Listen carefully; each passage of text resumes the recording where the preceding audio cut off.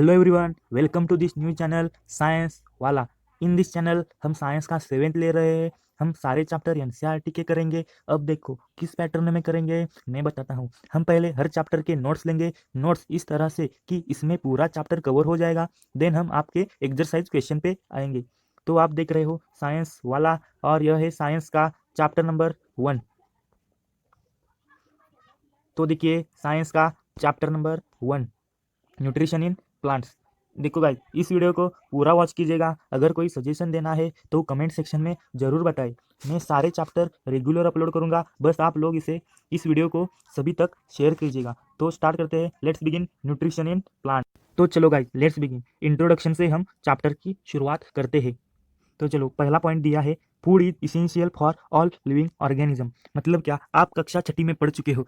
हम फूड के बिना जी ही नहीं सकते। हमें फूड महत्वपूर्ण घटक है हमारे जीवन के लिए। फूड इज इसेंशियल है, उससे बिना हम जी नहीं सकते।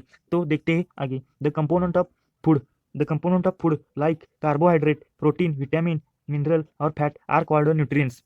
मतलब क्या, जो कार्बोहाइड्रेट, प्रोटीन, फैट, विटामिन और मिनरल्स है, इसे ही हम न्यूट्रिएंट्स कहते हैं, जो कि हमारे बॉडी के लिए महत्वपूर्ण घटक है। उसके बिना हम जी नहीं सकते। सभी जीवों को भोजन की आवश्यकता होती है और उस भोजन में कार्बोहाइड्रेट, प्रोटीन, फैट, विटामिन और मिनरल जरूर होने चाहिए। तो उसे ही हम न्यूट्रिएंट्स कहते हैं। तो आपको समझ आया होगा न्यूट्रिएंट्स का मतलब क्या है। तो हम आगे देखते हैं चैप्टर की आउटलाइन। मतलब चैप्टर अगर बाहर से देखा जाए तो कौन कौन से पॉइंट नजर आते हैं वो हम पहले देखते हैं। पहला पॉइंट है mode of nutrition in plant. मतलब प्लांट अपना न्यूट्रिशन किस मोड से करते हैं वो हम देखने वाले हैं। दूसरा पार्ट है फोटोसिंथेसिस। फोटोसिंथेसिस में हम उस क्रिया को देखने वाले हैं, जैसे कि प्लांट्स अपना न्यूट्रिशन कैसे करते हैं। तीसरा पार्ट है अदर मोड्स ऑफ न्यूट्रिशन। मतलब फोटोसिंथेसिस के अलावा अदर मोड्स कौन से हैं वो हम देखने वाले हैं। चौथा पार्ट है सेप्रोट्रॉप्स। मतलब जो एनिमल और प्लांट अपने न्यूट्रिएंट्स बनाने के लिए दूसरों के न्यूट्रिएंट्स पर आधारित है, उसे हम सेप्रोट्रॉप्स कहते हैं। और पांचवा पार्ट है how nutrients are replenished in the soil. मतलब क्या, न्यूट्रिएंट्स हम सॉइल में कैसे रिप्लेनिश्ड कर सकते हैं वो हम सब देखने वाले हैं। तो भाई गाइज, पहला पार्ट है mode of nutrition in plant. पहले हम न्यूट्रिशन की डेफिनेशन को अच्छे से समझ लेते हैं। तो पढ़ते हैं, a process by which organism take in food and utilize it in order to survive. मतलब जो ऑर्गेनिज्म फूड लेते हैं और उसे यूटिलाइज करते हैं और उसे सर्वाइव करते हैं, सर्वाइव करने के लिए यूटिलाइज करते हैं, उस प्रोसेस को ही हम न्यूट्रिशन कहते हैं। जैसे कि प्लांट्स, एनिमल फूड अंदर लेते हैं और उसे सर्वाइव करते हैं, उसे ही हम न्यूट्रिशन कहते हैं। तो देखते हैं न्यूट्रिशन के टाइप्स कौन से हैं। पहला टाइप है ऑटोट्रॉप्स, दूसरा टाइप है हेटेरोट्रॉप्स। तो ऑटोट्रॉप्स मतलब क्या, समझ लेते हैं। Prepare their food themself. मतलब जो कि अपना खाना खुद बनाते हैं, उसे ही हम ऑटोट्रॉप्स कहते हैं। एग्जाम्पल, प्लांट अपना खाना क्लोरोफिल की मदद से खुद बनाते हैं, उसे ही हम ऑटोट्रॉप्स कहते हैं। और heterotrophs depend upon other organism for food. मतलब क्या, एनिमल्स हम अपना खाना प्लांट की मदद से बनाते हैं, सो हम डिपेंड करते हैं प्लांट्स पर, तो हम हेटेरोट्रॉप्स के क्लास में आते हैं। तो समझ आएगा कि ऑटोट्रॉप्स और हेटेरो। तो चलो गाइज, देखते हैं कुछ छोटी छोटी चीज़ें जो इम्पोर्टेंट है। सेल्स, सेल्स के बारे में हम अब पढ़ने वाले हैं। तो देखिए, living organism are made of tiny units is called as cell. मतलब कि आपने देखा होगा इमारत ईंटों से बनती है, इसी प्रकार हमारी बॉडी इन सेल से बनती है, इसे ही हम सेल्स कहते हैं। जो कि living organism are made up of tiny units are called cell. तो देखते हैं आगे। The cell is included by a thin outer boundary called the cell membrane. जो सेल के बाहर जो बाउंड्री होती है उसे ही हम सेल मेम्ब्रेन कहते हैं। तो देखिए आगे, cell have distinct centrally located spherically structured called nucleus. जो सेंट्रली लोकेटेड मध्य भाग में जो लोकेटेड होता है और डिफरेंट डिफरेंट स्फेरिकल स्ट्रक्चर वाला जो पार्ट होता है सेल के अंदर, उसे ही हम न्यूक्लियस कहते हैं। और nucleus is surrounded by jelly like substance is called as cytoplasm. मतलब क्या, न्यूक्लियस के बाहर और सेल मेम्ब्रेन के अंदर का जो पार्ट है उसे हम साइटोप्लाज्म कहते हैं। तो देखते हैं सेल मतलब क्या आगे।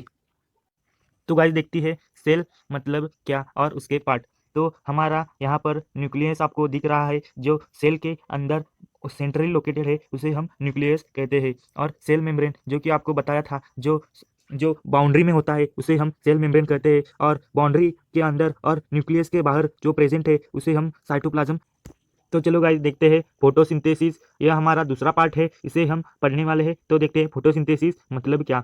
जो कि प्लांट अपना खाना खुद बनाते हैं, इसे उस प्रोसेस को ही हम फोटोसिंथेसिस कहते हैं। प्लांट खाद्य संश्लेषण की प्रक्रिया, इसे हम फोटोसिंथेसिस कहते हैं। तो देखिए ये प्रोसेस कैसे होता है। हम इसमें CO2 CO2 और वाटर को ऐड करेंगे इन the presence of sunlight and chlorophyll, तो हमें कार्बोहाइड्रेट और ऑक्सीजन में मिलेगा। तो इस प्रोसेस में ऐसा होता है कि कार्बोहाइड्रेट कन्वर्ट होता है स्टार्च में। तो यह प्रोसेस फोटोसिंथेसिस की प्रोसेस है, आपको इसे समझ लेना है अच्छे से। तो देखिए, इसके होने के लिए रॉ मटेरियल की सख्त आवश्यकता होती है। तो वाटर सॉइल एब्सॉर्ब करता है, कार्बन डाइऑक्साइड स्टोमाटा एब्सॉर्ब करता है और सनलाइट क्लोरोफिल एब्सॉर्ब करता है। इसी के मदद से ही हम फोटोसिंथेसिस की प्रक्रिया अच्छी तरह से कर सकते हैं। तो आपको समझ आया होगा गाइस कि फोटोसिंथेसिस मतलब क्या। तो हम आगे चलते हैं।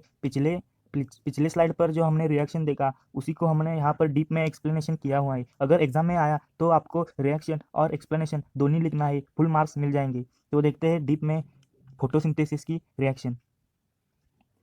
Leaves are food factories of plants. Leaves plants की खाद्य फैक्ट्रियाँ है। Water and minerals transported towards leaf by absorbing root. सभी कच्चे पदार्थ पत्तियों तक पहुंचने चाहिए। मृदा में उपस्थित जल एवं खनिज जड़ मूल द्वारा अवशोषित किए जाते हैं और पत्तियों तक पहुंचाए जाते हैं। CO2 taken from pores called stomata surrounded by guard cell. CO2 pores के द्वारा अंदर लेते हैं, उसे हम स्टोमाटा कहते हैं और वो बाहर से गार्ड सेल से सराउंडेड होता है। Water and mineral transported by vessel. Water और मिनरल जो रूट्स एब्सॉर्ब करता है वो पत्तियों तक वेसल ट्रांसपोर्ट करते हैं। Leaves have a green pigment called chlorophyll. Leaves में जो CO2 एब्सॉर्ब करने के लिए पदार्थ होता है उसे हम क्लोरोफिल कहते हैं और वो ग्रीन पिगमेंट होता है। वही हमारी फोटोसिंथेसिस की प्रक्रिया अच्छे से संभालता है।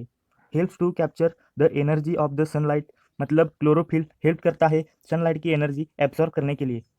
Synthesis of food occurs in the presence of sunlight called photosynthesis. मतलब यहाँ की डेफिनेशन अच्छे से समझ लो। फोटोसिंथेसिस की definition, synthesis of food occurs in the presence of sunlight, मतलब सनलाइट की प्रेजेंस में ये प्रोसेस होता है, इसीलिए हम फोटोसिंथेसिस कहते हैं। फोटो का मतलब है सनलाइट, तो इसे हम फोटोसिंथेसिस कहते हैं।